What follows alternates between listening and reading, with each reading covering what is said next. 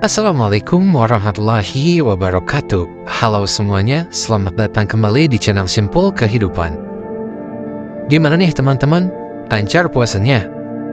Nah, sambil kita nunggu buka, kita ngobrol-ngobrol santai tentang sejarah awal puasa Ramadan yang mungkin belum banyak dari kita yang tahu.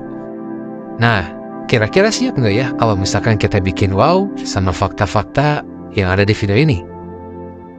Kita mulai dengan sejarah awal puasa Ramadan. Tahu nggak sih, puasa Ramadan itu pertama kali diwajibkan pada tahun kedua setelah hijrah. Tepatnya pada 10 Syaban. Jadi, sebelum kita semua sibuk mikirin menu buka puasa, umat Islam di zaman Rasulullah Shallallahu Alaihi Wasallam sudah duluan ngerasain gimana nikmatnya dan pahitnya berpuasa. Dan perintah untuk berpuasa ini langsung turun dari Al-Quran loh. Di surat Al-Baqarah ayat ke-183. Oke, balik lagi ke topik utama kita. Di bulan yang penuh berkah ini, banyak banget kejadian-kejadian yang bikin kita semua harusnya makin semangat menjalani ibadah puasa. Dimulai dari sebuah penaklukan Mekah atau biasa disebut dengan Fathu Makkah. Pada tahun ke-8 Hijrah, terjadi sebuah peristiwa yang mengubah sejarah Islam secara dramatis, yaitu penaklukan Mekah atau yang dikenal sebagai Fathu Makkah. Sebelumnya, ada perjalanan Hudaybiyah yang menjamin perdamaian antara kaum muslimin dan kaum kafir Quraisy. Namun, perjanjian itu dilanggar oleh Quraisy yang membantu suku Bakar menyerang suku Khuza'ah, sekutu kaum muslimin. Mengetahui hal ini, Nabi Muhammad SAW memutuskan untuk bertindak. Beliau mengumpulkan pasukan besar dan bergerak menuju Mekah dengan strategi yang cermat, memastikan bahwa kaum Quraisy tidak mengetahui kedatangan mereka sampai saat terakhir. Ketika sampai di Mekah, Nabi Muhammad SAW memberikan amnesti umum kepada penduduknya, menunjukkan belas kasih dan keadilan. Penaklukan Mekah berlangsung tanpa pertumpahan darah yang signifikan, dan Nabi Muhammad memasuki kota dengan rendah hati. Beliau langsung menuju Ka'bah dan menghancurkan patung-patung berhala yang ada, menegaskan kembali monoteisme sebagai inti ajaran Islam. Ini adalah momen yang paling penting yang menandakan berakhirnya periode jahiliyah dan dimulainya era baru di bawah naungan Islam. Salah satu momen paling epik adalah penaklukan Makkah.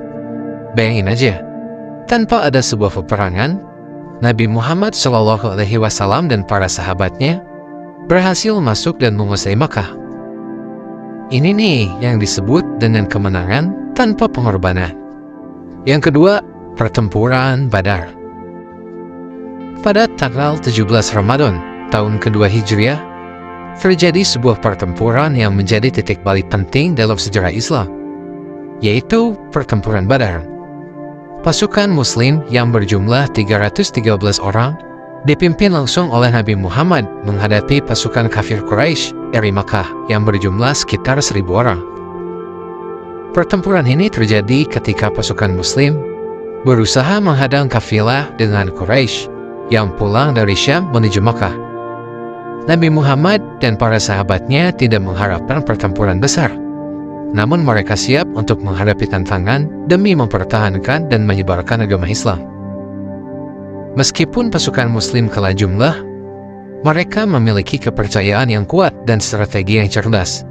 Setelah bertempur habis-habisan, pasukan Muslim berhasil menghancurkan barisan pertahanan pasukan Quraisy yang kemudian mundur dalam kekacauan. Kemenangan ini bukan hanya tentang jumlah, tetapi juga tentang kekuatan iman dan persatuan. Pertempuran Badar menjadi bukti pertama bahwa kaum muslimin berpeluang untuk mengalahkan musuh mereka di Makkah, yang saat itu merupakan salah satu kota terkaya dan terkuat di Arabian. Kemenangan ini juga memperlihatkan kepada suku-suku Arab lainnya bahwa suatu kekuatan baru telah bangkit di Jazirah Arab, serta memperkokoh otoritas Muhammad sebagai pemimpin atas berbagai golongan masyarakat Madinah. Ada juga nih pertempuran Badar yang jadi bukti bahwa dengan iman yang kuat, jumlah yang sedikit pun bisa mengalahkan jumlah yang banyak. Nah, kayaknya ini lebih cocok disebut dengan miracle of faith. Tapi, kebayang juga ya, kalau misalkan dulu waktu semenjak zaman Nabi Muhammad, ketika Perang Badar kalah, kayaknya Islam gak akan sampai kepada kita nih. Yang ketiganya, wafatnya Imam Ali bin Abi Thalib. Pada bulan Ramadan tahun 40 Hijriah, komunitas Muslim di Kufah dikejutkan oleh tragedi yang menyayat hati. Ali bin Abi Thalib, khalifah keempat dan salah satu sahabat terdekat Nabi Muhammad, menjadi korban serangan yang keji. Ketika itu, Ali tengah melaksanakan sholat subuh di Masjid Agung Kufah dengan keheningan dan ketenangan ibadah. Abdurrahman bin Muljam, seorang Khawarij yang penuh dendam, mendekati dan menyerang Imam Ali dengan pedang yang telah diberikan racun. Serangan itu terjadi ketika Imam Ali sedang sujud, sebuah tindakan yang mencerminkan puncak ketundukan kepada Sang Pencipta. Meskipun segera mendapatkan perawatan, racun tersebut terbukti mematikan. 2 hari setelah serangan itu, Imam Ali menghembuskan nafas terakhirnya, meninggalkan umat Islam dengan duka yang sangat mendalam. Wafatnya Imam Ali tidak hanya menandai berakhirnya era Khulafaur Rasyidin, tetapi juga memulai babak baru dalam sejarah Islam yang penuh dengan tantangan dan perubahan. Beliau itu dikenal sebagai pemimpin yang adil dan bijaksana. Jadi, ya, kita ambil hikmahnya untuk selalu berusaha jadi pribadi yang lebih baik. Yang keempat, ada Perang Tabuk. Perang Tabuk yang terjadi pada tahun 630 Masehi adalah ekspedisi militer terakhir yang dipimpin oleh Nabi Muhammad. Peristiwa ini berlangsung di bulan Rajab dan berakhir pada bulan Ramadan tahun ke-9 Hijriah. Perang ini merupakan konfrontasi antara tentara Muslim dan Kekaisaran Bizantium di Romawi Timur.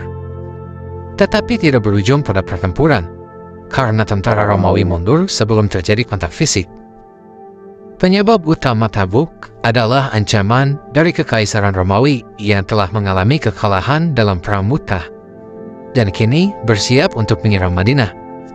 Nabi Muhammad menyadari ancaman ini, memobilisasi pasukan besar meskipun dalam kondisi cuaca yang sangat panas dan sumber daya yang terbatas. Selama perjalanan ke Tabuk, pasukan Muslim menghadapi banyak kesulitan, termasuk kekurangan air dan makanan. Namun, mereka tetap teguh dan sabar menghadapi hujan ini. Nabi Muhammad bahkan melakukan beberapa mukjizat, seperti memancarkan air dari jari-jarinya untuk menghilangkan dahaga pasukannya. Meskipun tidak terjadi pertempuran, ekspedisi ini berhasil memperkuat posisi Islam dan menunjukkan kekuatan serta persatuan umat Muslim. Perang Tabuk juga mengungkapkan sifat-sifat munafikin yang tidak ikut serta dalam ekspedisi dan mencoba menggagalkan usaha Nabi Muhammad. Perang Tabuk menjadi simbol keteguhan, kesabaran, dan keimanan umat Muslim dalam menghadapi tantangan besar dan mempertahankan komunitas mereka dari ancaman yang di luar. Jadi, ada juga cerita tentang Perang Tabuk yang mengajarkan kita tentang pentingnya kesabaran dan keteguhan hati dalam menghadapi cobaan. Yang kelima, turunnya Al-Quran. Pada malam yang dikenal sebagai Lailatul Qadar, di bulan Ramadan, tahun 610 Masehi, sebuah peristiwa monumental terjadi di Gua Hira, dekat kota Makkah. Nabi Muhammad, yang saat itu berusia 40 tahun, menerima wahyu pertama dari Allah melalui malaikat Jibril. Ayat-ayat yang pertama kali turun adalah Quran Surat Al-Halaq, yang memerintahkan beliau untuk membaca. Turunnya Al-Quran ini menandakan awal dari kenabian Muhammad dan dimulainya periode baru dalam sejarah umat manusia. Al-Quran diturunkan secara berangsur-angsur selama 23 tahun, sesuai dengan kebutuhan dan peristiwa yang terjadi, memberikan petunjuk dan solusi bagi berbagai masalah. Al-Quran dibagi menjadi 2 periode penurunan, yaitu periode Makkah dan Madinah. Ayat-ayat yang turun di Makkah disebut dengan ayat Makkiyah. Umumnya berkaitan dengan akidah dan membangun keimanan. Sementara ayat-ayat yang turun di Madinah atau ayat Madaniyah lebih banyak membahas tentang hukum dan tata cara berkomunitas. Penurunan Al-Quran merupakan salah satu momen penting dalam Islam, karena Al-Quran menjadi sumber utama ajaran Islam, membimbing umat manusia menuju jalan yang lurus dan memberikan cahaya dalam kegelapan. Yang paling spesial di bulan Ramadan ini juga Al-Quran pertama kali turun ke bumi.